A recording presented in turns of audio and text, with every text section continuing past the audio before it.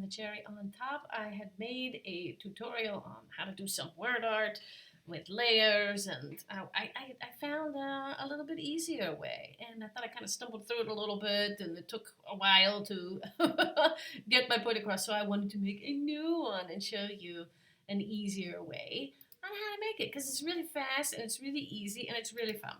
Okay, I'm going to use capital letters, and I chose a real nice, big, chunky one so that you could see it clearly. All the things that I'm doing, I chose the largest size down here, 72, okay.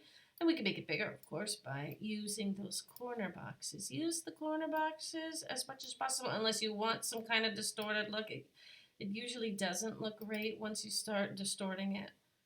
But when it's big and chunky, there's a little bit more room for using the other ones. But I almost always just use the corners, and then it keeps it really even and nice, and you don't get any weird distorting. Okay, so I'm just going to show you a big example. There you go. And I'm going to duplicate that layer.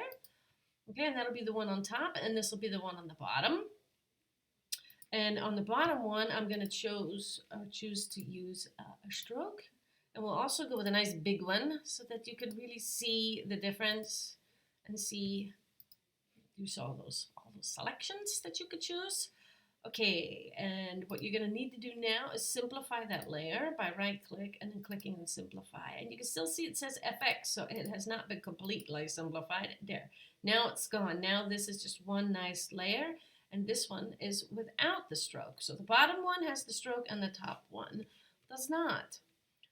So if I wanted to switch the color around, oh wait a minute, I wanted to switch this color here. Let me go like this quick, and then we'll go like this to the top. And there's so many things you could do then. For one, we can change the color. Because it is not simplified, I can go ahead and do that. Otherwise, I would have to clip in a paper, but that's okay too if you want to do it like that. Okay, and now this one, we can go ahead and do, I'll show you all different things you could do, but you can see that it is a nice outline. If you don't like the black, you can go in and you can create a clipping mask over that layer. See, and now we have it red.